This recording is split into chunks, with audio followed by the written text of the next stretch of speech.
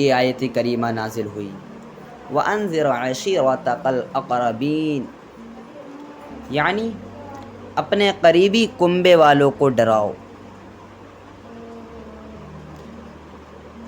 نازل ہوئی تو حضور صلی اللہ علیہ وسلم کوہ صفا پر چڑھ گئے اور سارے قبیلے والوں کو پکارا، لوگ اکٹھا ہوئے۔ آپ نے فرمایا اگر میں یہ کہوں اس پہاڑی کے پیچھے ایک لشکر ہے جو تمہیں قتل کرنا چاہتا ہے تو تم میری بات مانو گے؟ سب نے بیک زبان کہا ضرور مانیں گے، اس لیے کہ تم سے ہمیشہ سچ ہی سنا ہے، جھوٹ کبھی نہیں سنا ہے۔ اس کے بعد آپ نے ارشاد فرمایا، اے قریش کے لوگوں، میں تمہیں سخت عذاب سے ڈراتا ہوں، آخرت کے عذاب سے ڈراتا ہوں۔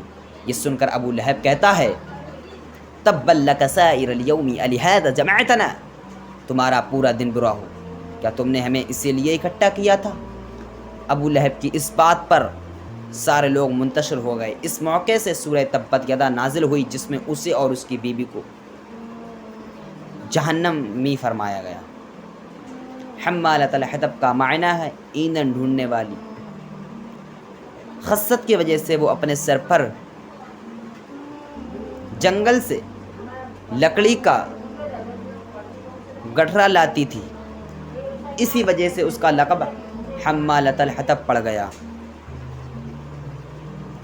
ابو لہب کی طرح وہ بھی رسول کریم صلی اللہ علیہ وسلم کی دشمن تھی اور ایذا رسانی کے لیے آپ کی راہ میں کانٹے ڈال دیا کرتی۔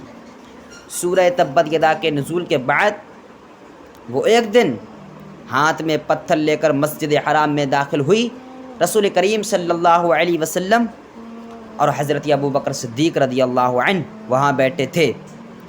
اللہ تعالیٰ نے اس کی آنکھ پر پردہ ڈال دیا، وہ رسول کریم صلی اللہ تعالیٰ علیہ وسلم کو نہ دیکھ سکی، صرف حضرت ابو بکر صدیق رضی اللہ عنہ کو وہاں دیکھا اور کہا، ابو بکر، میں نے سنا ہے کہ محمد صلی اللہ علیہ وسلم نے میری رجوع کی ہے، سن لو اگر میں انہیں یہاں پا جاتی یہ پتھر ان کے سر پر دے مارتی۔ اتنا کہنے کے بعد وہ واپس چلے گئی۔ زوجہ ابو لہب کا سرکار کائنات صلی اللہ تعالی علیہ وسلم کو نہ دکھنا آپ کا معجزہ ہے۔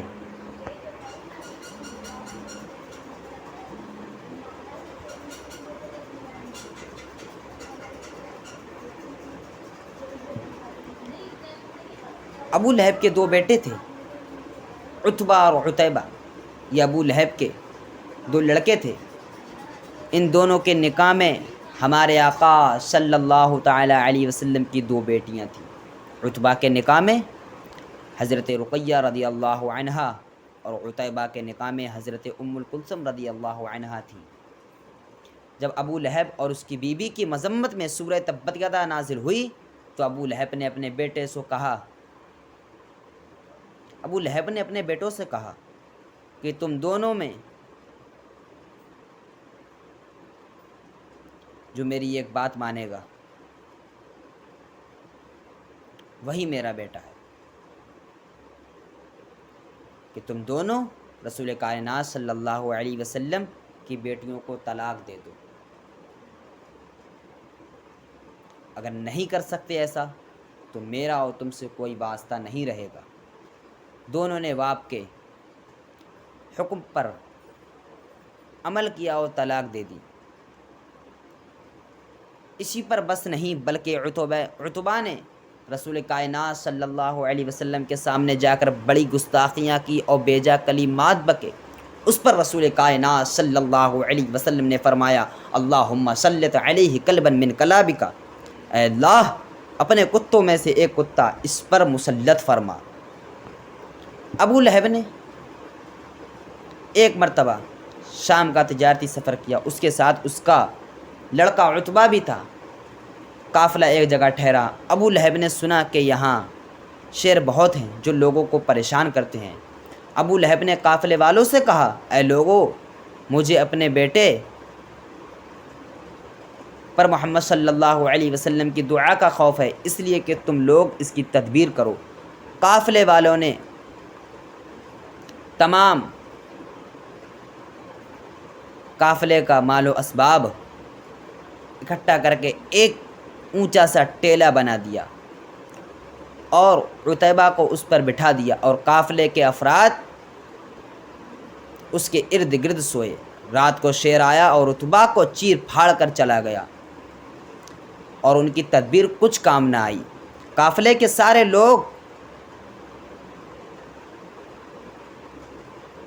کو چھوڑ کر شیر نے عتبہ پر ہی حملہ کیا۔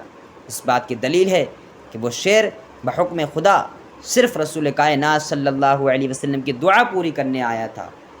کافروں کا عجیب حال تھا کہ ان کے دلوں میں یہ بات نقش تھی کہ رسول کائنات صلی اللہ علیہ وسلم سچے ہیں اور ان کی دعا رد نہیں ہوتی، یہ مقبول الدعا ہے، لیکن وہ عداوت قلبی اور شقاوت ازلی کے سبب ایمان نہ لاتے تھے۔ کفار مسلمانوں کو بڑی تکلیف دیا کرتے تھے۔ ان کی شرارت سے عاجز آ کر چند مسلمانوں نے رسول کائنات صلی اللہ علیہ وسلم کی اجازت سے حبشہ کی طرف ہجرت کی۔ حضرت جعفر بن ابو طالب اور حضرت عثمان بن عفان اپنی زوجہ رقیہ بنت رسول ہمراہ اس سفر میں شامل تھی۔ رسول کائنات صلی اللہ علیہ وسلم نے ان کے حق میں فرمایا کہ حضرت لوط علیہ السلام کے بعد اللہ کی راہ میں اپنی بیوی کے ساتھ ہجرت عثمان کو نصیب ہوئی۔